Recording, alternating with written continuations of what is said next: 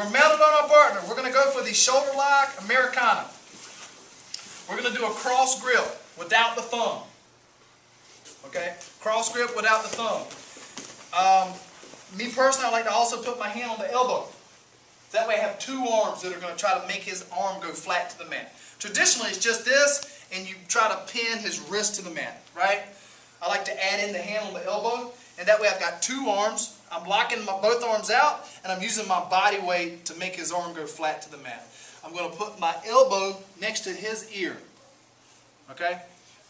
From there, I'm going to, with the hand that's on the wrist, I want to make sure it's no thumbs. Monkey grip. So monkey grip, thank you. Monkey grip, elbows next to his ear. That ensures that his arm's going to be in an L shape. I do not want his arm to be in a greater than a 90-degree angle. It won't be a good shoulder lock. Matter of fact, it won't be a shoulder lock. It'll be something different. So this hand, I'm going to make a knife hand. I'm going to slide under and grab my own wrist without the thumb. Another monkey grip. Okay?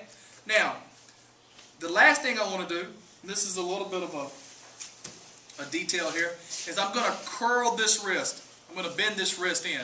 What that's going to help do is to prevent him from trying to straighten his arm out.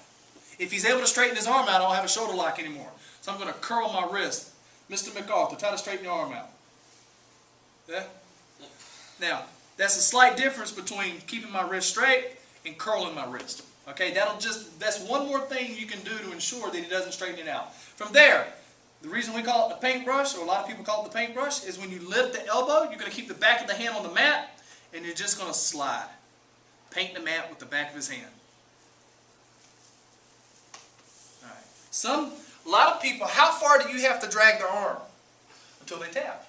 Now, how far you drag that is going to vary from person to person. His shoulder's very flexible. Had to drag it a good little distance before he tapped. But the main thing is, some people tap quicker than later, right?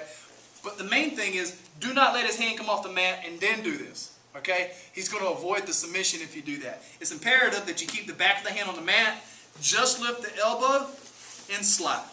Okay? And then until they tap. One more time. He's here. He's in a defensive posture. Cross grip without the thumb. Hand on the elbow. Both arms are going to assist to have the arm go to the mat. Put the elbow next to his ear. Knife hand goes under. Grab your own wrist. Curl the wrist that's grabbing his wrist.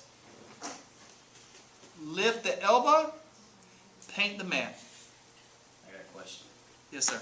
Is this the arm lock where it benefits you to look towards their feet?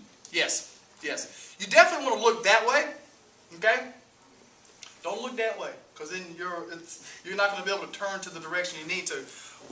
What Josh is referring to is when you're here and you do this, sometimes this isn't always enough, right? You want to look back towards the feet. That gives you even more range of motion. Okay? Same thing for side control. You can do this same submission from side control. If I look toward the head, I can only rotate his shoulder but so much.